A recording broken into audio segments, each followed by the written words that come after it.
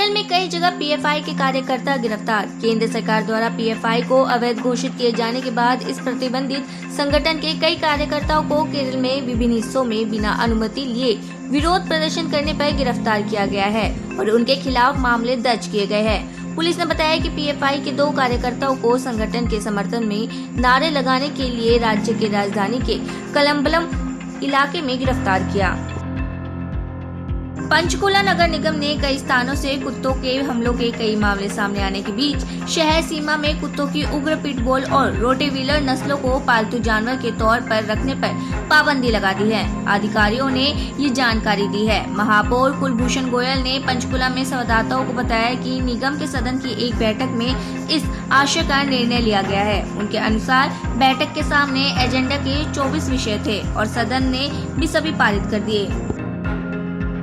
जम्मू कश्मीर के उधमपुर जिले में संदिग्ध आतंकवादी द्वारा एक खड़ी बस में विस्फोट किए जाने के बाद सुरक्षा बलों ने खोजी कुत्तों के साथ अंतर्राज्यीय बस टर्मिनल की गहन तलाशी ली। अधिकारियों ने ये जानकारी दी।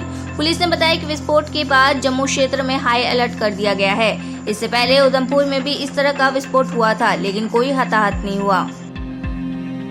राहुल गांधी का बीजेपी पर बयान। कांग्रेस नेता राहुल गांधी ने कहा है कि बीजेपी पूरे देश पर एक भाषा और एक संस्कृति थोपना चाहती है। हम एकता चाहते हैं, लेकिन विविधता का सम्मान करते हैं। इस देश में हर राज्य की अलग संस्कृति और अलग भाषा का अपना स्थान है, उसका सम्मान किया जाना चाहिए। कांग्रेस की राजस्थान के नेताओं को चिट्ठी। कांग्रेस के संगठन महासचिव केसी वेणुगोपाल ने चिट्ठी जारी कर राजस्थान के नेताओं को पार्टी के आंतरिक मामलों और पार्टी के नेताओं के खिलाफ बयानबाजी से रोका है। चिट्ठी में कहा गया है कि ऐसा न करने वाले नेताओं पर अनुशासनात्मक कार्रवाई की जाएगी। केंद्र सरकार ने 67 अश्लील वेबसाइटों को ब्लॉक करने का आदेश दिया है।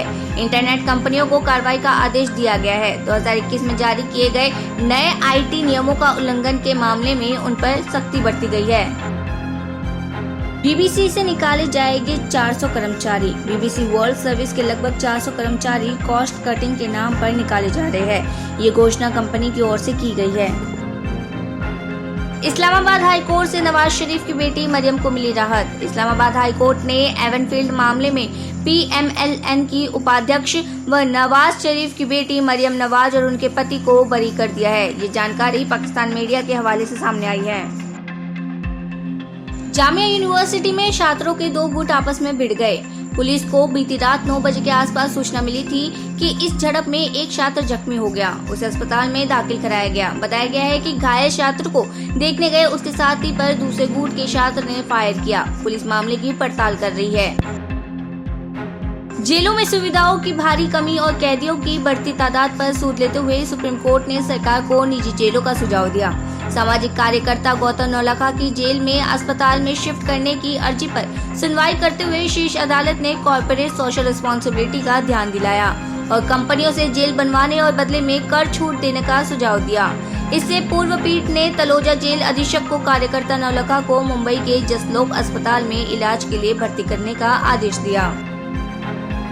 हरिद्वार पंचायत चुनाव की मतगणना के दौरान हरिद्वार के भादराबाद और रुड़की के मंगलोर में बवाल हो गया। जिला पंचायत सीट टिकोला पर दोबारा मतगणना को लेकर आसपास समर्थकों और भीम आर्मी के कार्यकर्ताओं ने पुलिस टीम पर पथराव कर दिया। हमले में एक चौकी इंचार्ज समेत 6 पुलिसकर्मी घायल हो गए। पुलिस ने लाठीचार्ज कर पथराव करने वालों को दूर तक खदेड़ा। वहीं पुलिस ने मौके से 36 बाइक और कई लोगों को हिरासत में लिया।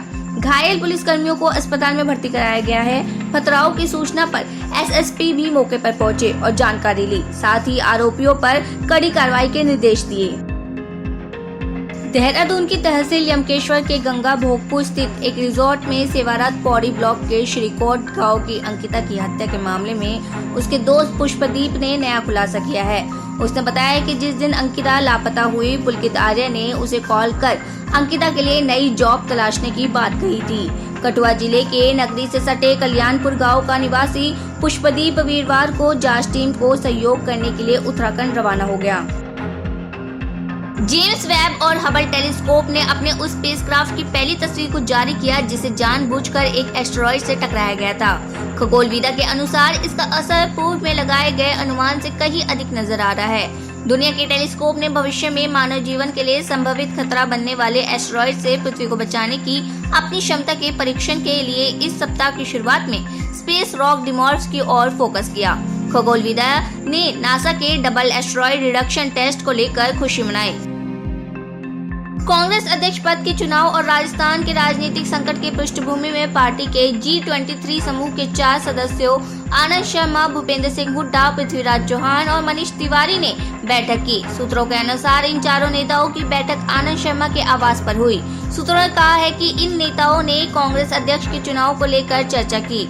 पिछले दिनों ऐसी चर्चा थी कि मनीष तिवारी अध्यक्ष पद का चुनाव लड़ सकते हैं। हालांकि उनके करीबी सूत्रों का कहना है कि उन्होंने अब तक नामांकन पत्र नहीं लिया है। बैठक के बाद चौहान ने कहा कि अच्छी बात है कि लोकतांत्रिक ढंग से चुनाव हो रहा है। नामों को सामने आने दीजिए। हमने कुछ नामों के बारे में सुना है। जो भी उम्मीदवार सबसे अच्छा होगा हम उसका समर्थन करेंगे। म्यांमार में आया जोरदार भूकंप। म्यांमार में आज शुक्रवार तड़के जोरदार भूकंप से लोग सहम गए। सुबह करीब 3:52 पर 6.1 तीव्रता का जोरदार भूकंप आया। नेशनल सेंटर फॉर सिस्मोलॉजी के अनुसार भूकंप की गहराई जमीन से 140 किलोमीटर नीचे थी। भूकंप से नुकसान को लेकर अभी कोई जानकारी नहीं मिली है। यूक्रेन के 2 शहरों पर रूस का कब्जा। रूस ने यूक्रेन के 2 शहरों पर कब्जा जमा लिया है। इस तरह से यूक्रेन का 15% हिस्सा उसने फिर से अपने कब्जे में ले लिया है। इससे पहले रूस ने गुरुवार को पुष्टि की कि वह यूक्रेन के कुछ हिस्सों को औपचारिक रूप से अपने अधिकार क्षेत्र में ले लेंगे। रूस ने यूक्रेन के इन क्षेत्रों को जनमत संग्रह कराया था, जिसे यूक्रेनी सरकार और पश्चिमी देशों ने अवैध बताया है। 2 क्षेत्र आज ही शामिल किए जाएंगे। उत्तराखंड चर्चित अंकिता भंडारी हत्याकांड मामले में कोटद्वार कोर्ट ने पुलकित आर्य समेत 3 आरोपियों को 3 दिन की पुलिस हिरासत में भेज दिया है।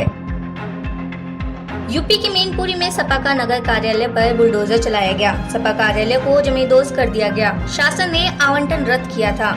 7 दिन के अंदर मलबा हट जाएगा। जमीन पर जिला पंचायत विभाग मॉल बनाएंगे। आवंटन रद्द के खिलाफ सपा ने हाई कोर्ट का रुख किया था और उसे वहां से भी कोई राहत नहीं मिली थी। नए संसद भवन पर लगाए गए राष्ट्रीय चिन्ह अशोक स्तंभ के मामले पर दायर याचिका को सुप्रीम कोर्ट ने खारिज कर दिया है। Justice M.R. शाह की अध्यक्षता वाली पीठ के समक्ष याचिकाकर्ता ने कहा है कि स्तंभ के निर्माण में डिजाइन का ख्याल नहीं रखा गया, जबकि ये राष्ट्रीय प्रतीक चिन्ह है और कानून में ये स्पष्ट है। पीठ ने कहा है कि ये आपका मानना है, हम याचिका खारिज कर रहे हैं।